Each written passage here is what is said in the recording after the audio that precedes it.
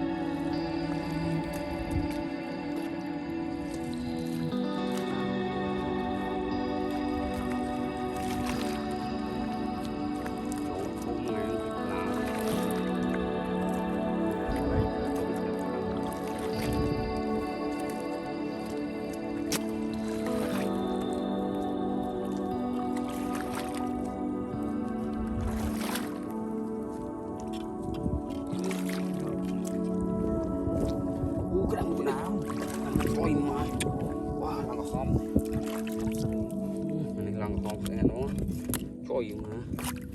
Ủa này làm ca đó. Coi mà. Wow, nó kịp chọp mà. Ủa làm sao? Coi mà.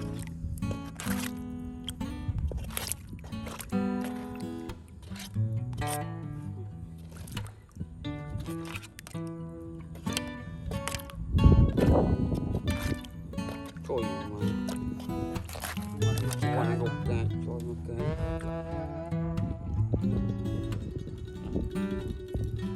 My God, Seremon, Temon, mình nhé.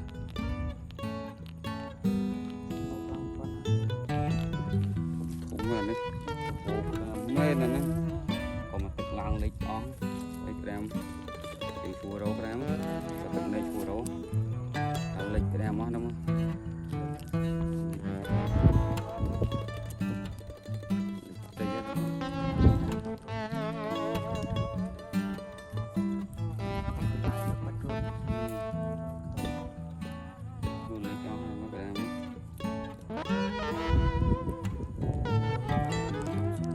Serem mong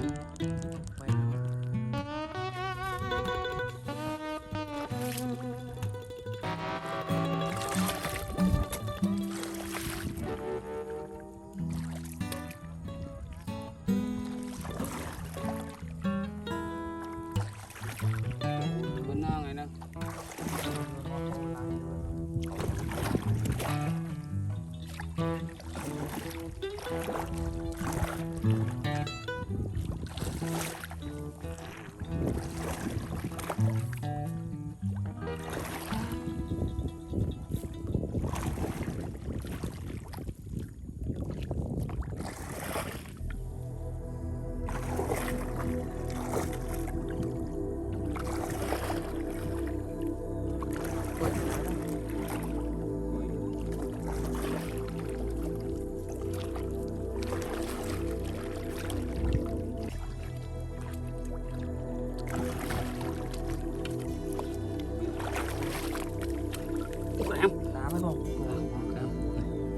rồi mất lắm nó cơm nắng tới 8 tết cơm mỏ còn không mình tên mình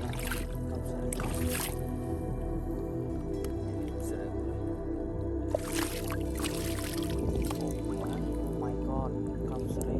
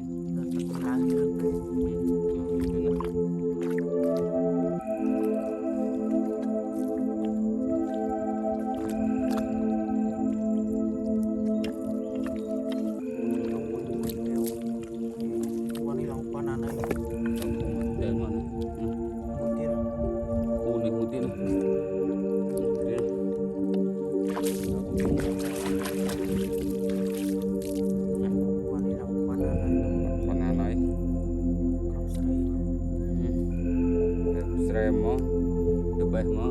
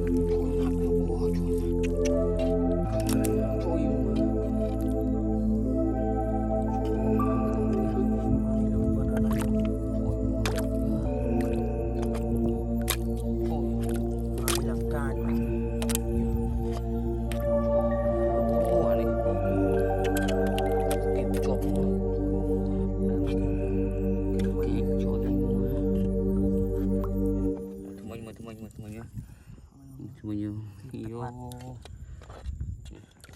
trời mà ô dạ cột kiếm qua nước cay trời mà đột kiếm thế trời mà cài cho semuanya cay tên semuanya đây là phim không rồi mà từ quê mà càng nhiều chân á đang thum ăn tụi nó vì lang tam tích là với tích nơi cho chẳng tích trôi chẳng chọt rồi với nhá chẳng chọt rồi về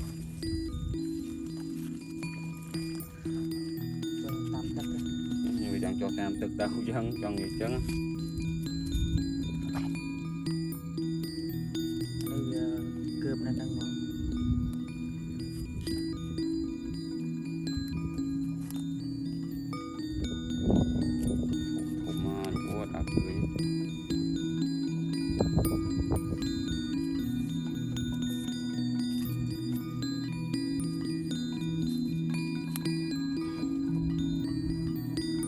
sere mặc kê dươi quen hết cũng lọp lọp sere mó chọn cái chân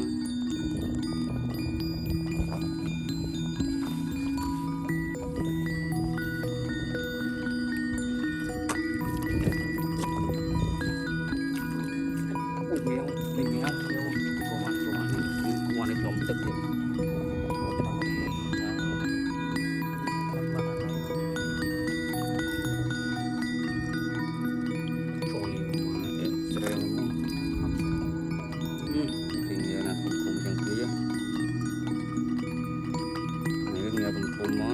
trắng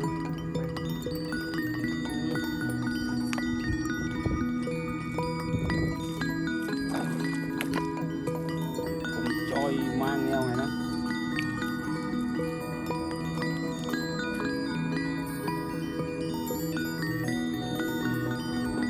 cũng nghe con nhiều con ăn đây quá mang nhau con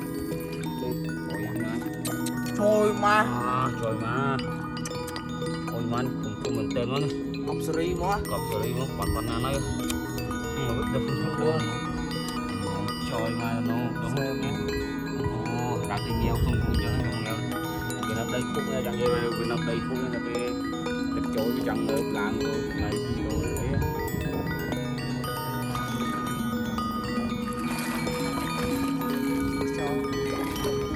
trời mà cọp sri quá trời mà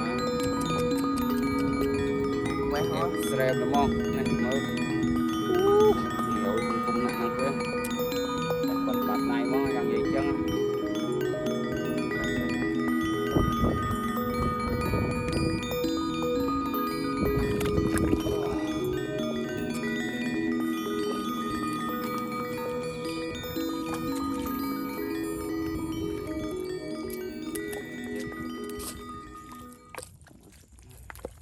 trời mà bộ bông mà không cùng cao về tình nuông mấy nhá tình nuông mấy đi không về tình nuông này nó có lục lục chi này không lục chi chi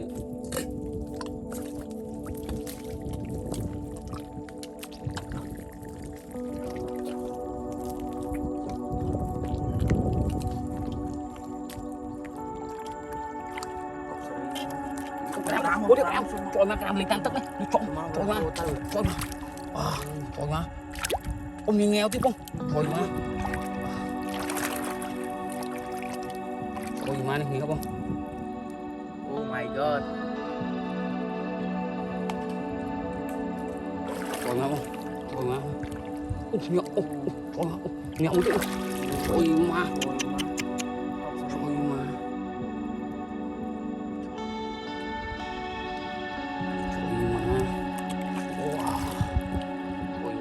nhau tiếp tục ôi ha ôi nam sinh nhiều ôi cái em tiếp ôi máu chơi mà thôi chết chơi mà chết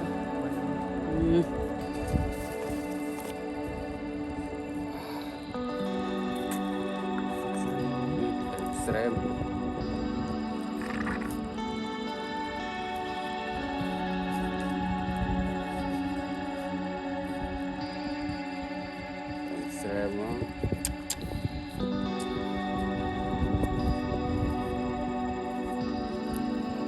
cái chân xem mình tên là món với món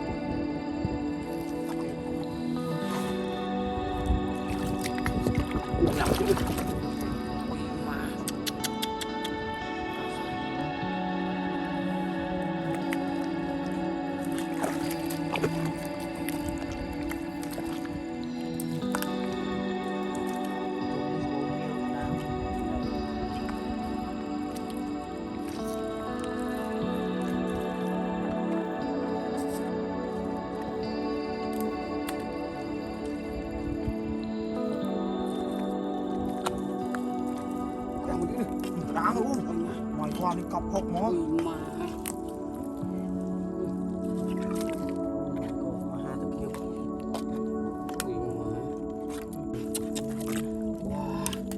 cọc sri thôi mà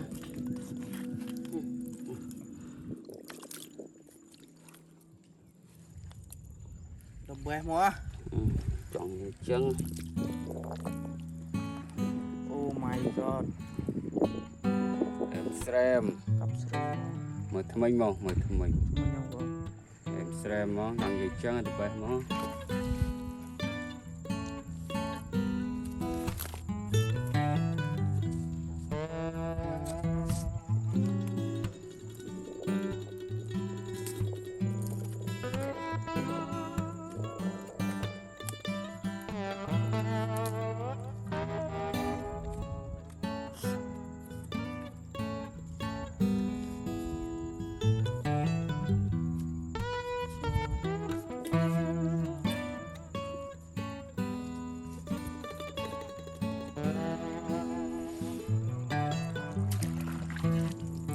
Oh my god, cặp sợi. Em xem món. Bữa sáng tốn bọn nó.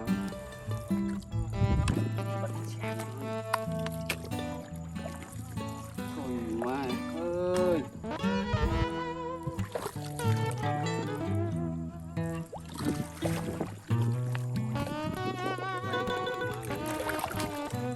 Tập làm lại.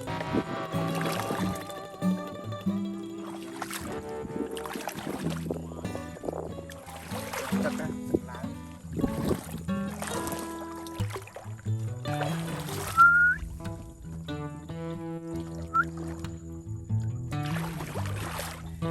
Oh my god. Nhiều à? Ôi mai nghe. Trời mà. Trời mai. Ngon quá. Ăn nghèo đi. Có cái nó phụ ăn nghèo nó phụ gì chứ á. Vì nó cọp phụ chỉ đâu á. Oh my god. Cặp sợi mà.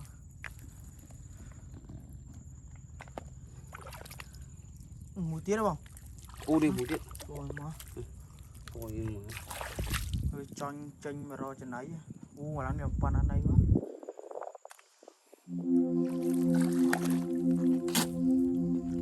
Cái đá mới bọc trồi mà. Oh my god. Mình kịp luôn ấy.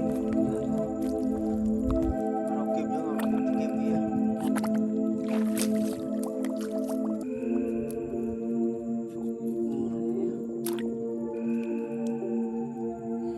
Oh my god. Em xem mong cái đám không chết.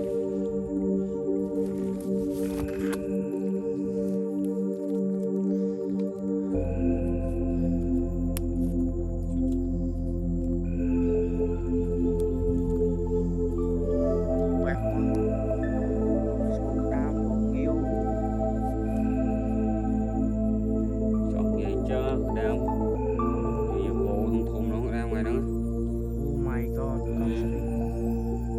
Được quẹt. Em xem.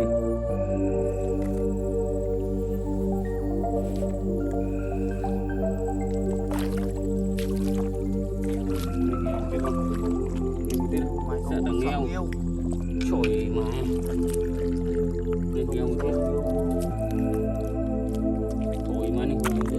Sợ yêu quá. Nghèo học quỳnh ha. Uống nhiều cái tiết đó.